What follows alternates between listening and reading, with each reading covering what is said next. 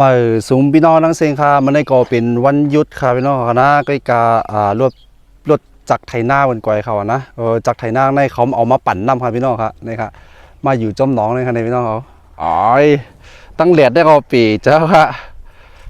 ผมมาด้วยว่าจักรไถนาปืนมันปิ่นสั่งมุกนะพี่น้องค่ะนะเจ้าของมันบอกว่าไอ้น้ำมันคึงแหงค่ะพี่น้องค่ะนะอ๋อมาด้วยว่าพอปล่อยน้ำมันคึงแหงแล้วมันดีกว่าอีสั่งอะไรค่ะนะพี่น้องค่ะนะนะครับช่างสวมบอตึกเรียนตั้งนั้นคันนี้เนี่ยนะครับพี่เจอเขาแล้วนะครับมาอยู่จมน้องเลยคันนี้เลยเข้มน้องเขาใสเข้มนะครับนะได้เขาแล้วโอ้เขียวกิ้งงี้ครับนี่ครับมาเตือนเหมือนเขาว่ามันก่อยอีสังอะไรครับนะพี่น้องเขาปว่าปล่อยน้ำมันคึงแห้งปล่อยน้ำแห้งผมจะว่า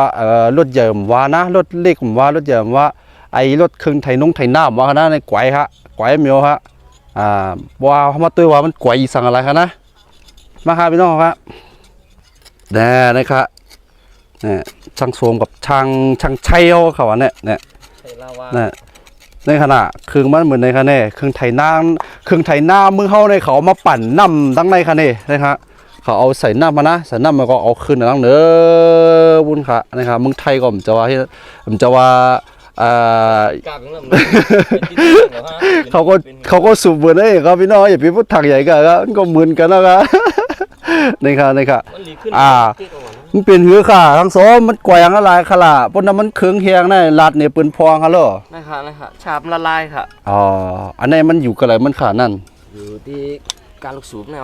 นี่ค่ะพี่น้องค่ะนะมันอยู่ในการลูกสูบค่ะนะเพราะนั้นมันเคืองเฮียงเนี่ยไอ้ในกวยอันตั้งเพื่อนเนาะค่ะนี่ค่ะ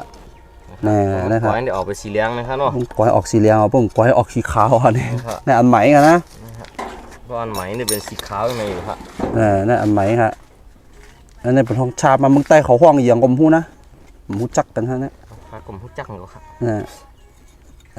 ก็เมืองไทยเขาห้องชามเขาอะนะครับปีเจ้าเขานะด้วยเขารู้เลยเลยขุดขาดก็จะได้ใส่กันค่ะเนี่ยนะครับนี่ค่ะอันนี้ก็เป็นเครื่องของมันค่ะนะนี่ง่ายค่ะเนี่ยผมไปดีก็หมดลงหนองเอาค่ะนี่ก็นะครับน้ำมันเครื่องแห้งอันว่าแน่ผมจะว่ารถใหญ่ว่ารถถังว่าค่ะนะป้งเป็นเครื่องจักรได้ปล่อยน้ำมันเครื่องแห้งปล่อยน้ำลิบแห้งได้ก๋วยดื้อๆครับพี่น้องค่ะนะพังค่ะนะอันนี้ครับกัสเกียตนี่ค่ะกัสเกียตมันก็ก๋วยหมดเอาวะก๋วยแล้วครับได้ครับแล้วโปะออกปอกก็ก๋วยครับปิ่นจ้องมันมีครับพี่น้องค่ะผมจะว่ารถใหญ่ว่าค่ะนะรถเครื่องโอเอสค่ะเนี่ยรถถังโอเอสค่ะเนี่ยอโล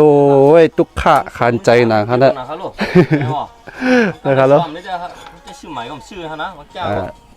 เนี่ยฮะพี่น้องเขาพังนะรถใหญ่มารถเล็กมาสั่งว่านะเพราะว่าอย่าไปปั่นน้ำมันเครื่องเฮียงนะเพราะว่าปั่นน้ำมันเครื่องเฮียงเนี่ยได้ไกวน้ำมอพี่น้องเขานะนะครับเอาค่ะเข้าใจยำนำครับพี่น้องครับ